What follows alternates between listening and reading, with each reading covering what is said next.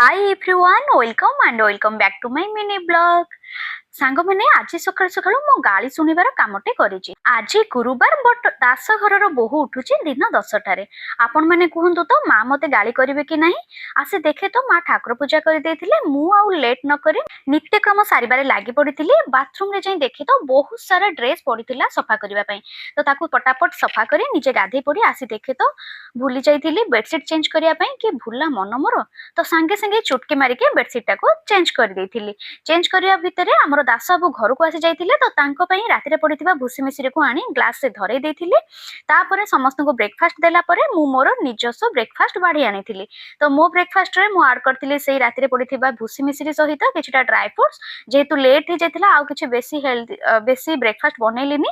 ତାପରେ ଖାଇସାରିବା ପରେ ମୁଁ ଲଞ୍ଚ ପ୍ରିପାରେସନରେ ଲାଗି ପଡିଥିଲି। ଯେହେତୁ ଆଜି ଗୁରୁବାର ଥିଲା ତ ସବୁ ଶୁଦ୍ଧ ଶାକାହାରୀ ଆମର ହବାର ଥିଲା ଖାଦ୍ୟ। ତ ମୁଁ ଭାତ ବସେଇ ଦେଇଥିଲି, ଡାଲି କରିଦେଇଥିଲି, ତା ସହିତ ମୁଁ କରିଦେଇଥିଲି ଭଜା ଆଉ କାକୁଡି ସାଲାଡ। କାହିଁକି କେଜାଣି ସାଙ୍ଗମାନେ ଆପଣମାନଙ୍କ ସହିତ ଏମିତି ହୁଏ କି ମୋ ସହିତ ଏମିତି ହଉଛି ଆପଣମାନେ ମତେ କମେଣ୍ଟରେ କହିବେ। ଏହି ପ୍ରେଗନେନ୍ସିରେ ମୋର ବହୁତ କ୍ରେଭିଂସ୍ ହଉଛି ମାଙ୍କ ହାତରନ୍ଧା ଖାଇବା ପାଇଁ, ଖାସ କରି ମୋ ମାଙ୍କର ହାତରନ୍ଧା ଖାଇବା ପାଇଁ। ତ ସେଇଟା ହବ କି ନାହିଁ ତ ମୁଁ ଜାଣିନି, ତଥାପି ବହୁତ ଇଚ୍ଛା ଅଛି।